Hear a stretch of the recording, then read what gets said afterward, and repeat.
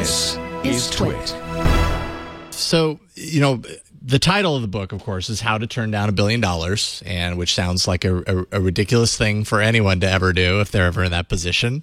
I don't know if I could have done it, but it was very interesting to read about the relationship aspects between Facebook's Mark Zuckerberg and Evan Spiegel, particularly.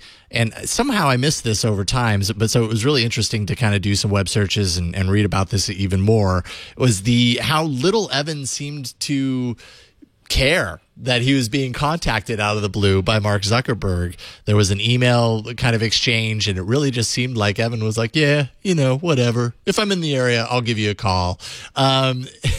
Where does Evan's confidence in that decision come from? I feel like anybody would get an email like that from Mark Zuckerberg, and automatically, whether you're interested in a deal or not, automatically you'd be very interested in the fact that Zuckerberg is emailing you. That wasn't the case with Evan. Why do you think that was?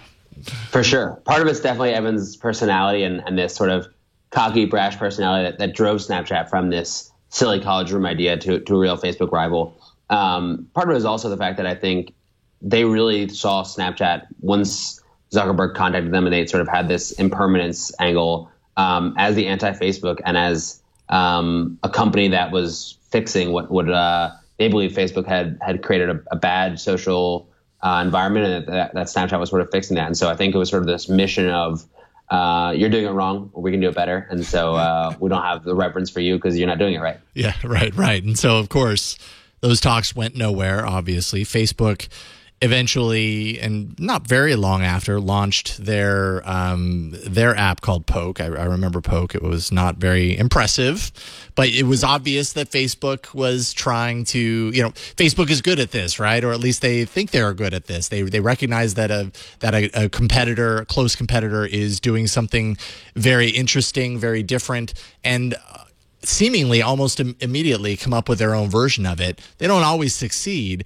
Poke was one of those where they didn't. But I mean, right after that release, Snapchat goes on to basically pummel Facebook in the App Store with Poke. Why did Poke fail so hard when it was trying to basically emulate the things that made Snapchat successful?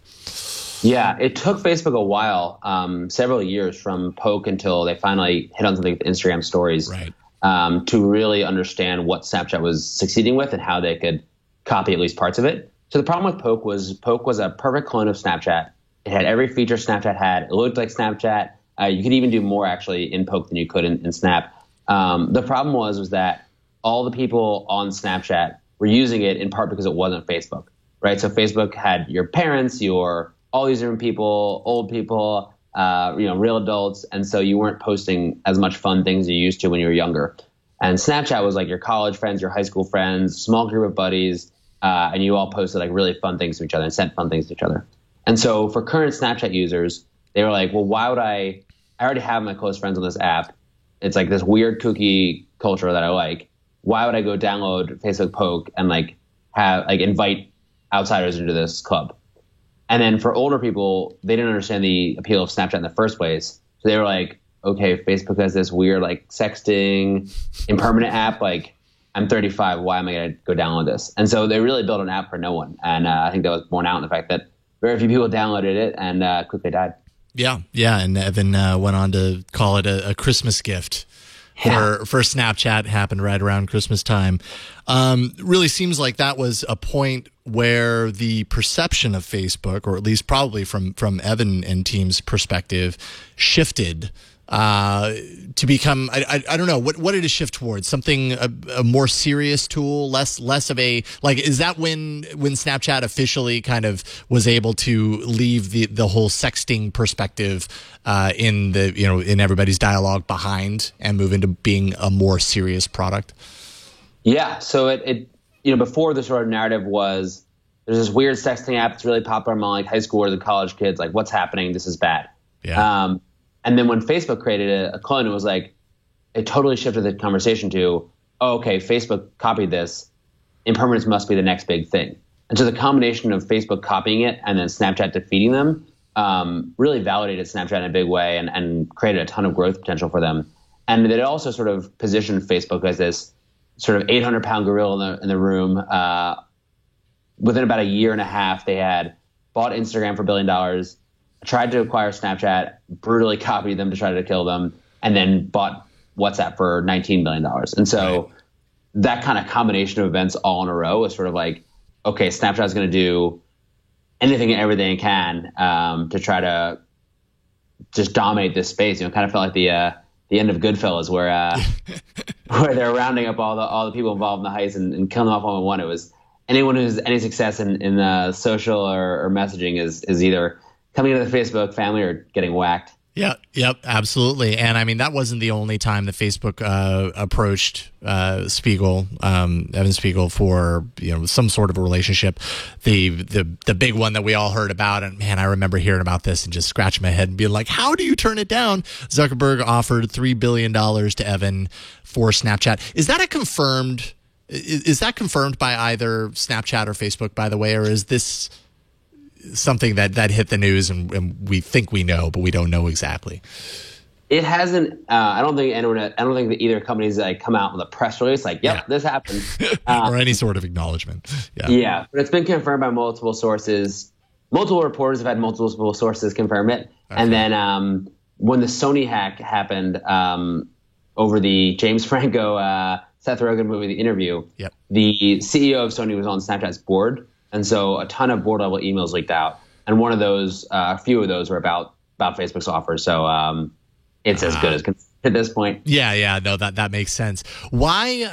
So, I mean, you have to have a lot of confidence about your product then when somebody offers you, probably the biggest name in social media, let's say, and social media, whether Snapchat is social media or not, that could be debated. But the biggest name in your direct competitive field, offers you $3 billion.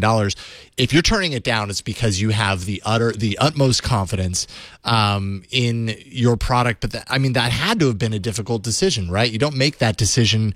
That's not an easy decision to make. How do you think they were able to kind of what was the rationale to say, you know what, we can do this better?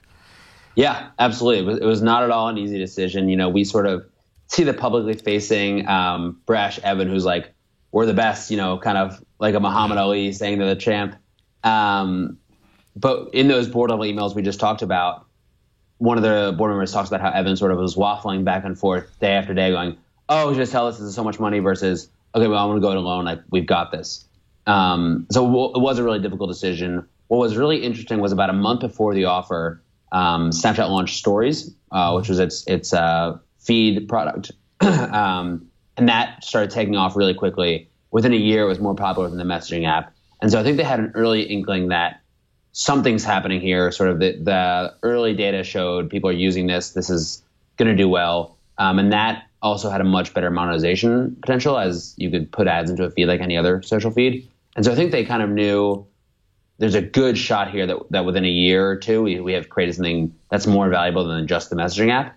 And I think they also just had confidence in the team, confidence in the idea that impermanence had a place here and that people were going to really enjoy using this. And so, but yeah, it was definitely scary, especially when the first time they turned down Facebook, they just got cloned right away. And Zuckerberg was definitely going to keep copying them, keep coming after them. And so turn them down and realize the sort of battle you're going into took a lot of guts. Yeah, right. And I don't know. It's no longer too soon to tell whether it was a good or a bad idea. Like the company is now public. By all accounts, I'm sure Evan and Bobby are pretty thrilled with the position that they're at. It hasn't been an easy road necessarily. This year has had a lot of challenges. Do you think, I don't know. What do you think? Do you think I would be really surprised if they weren't 100% behind their decision to turn down $3 billion. But do you think deep down they feel that way right now in light of everything that's happened?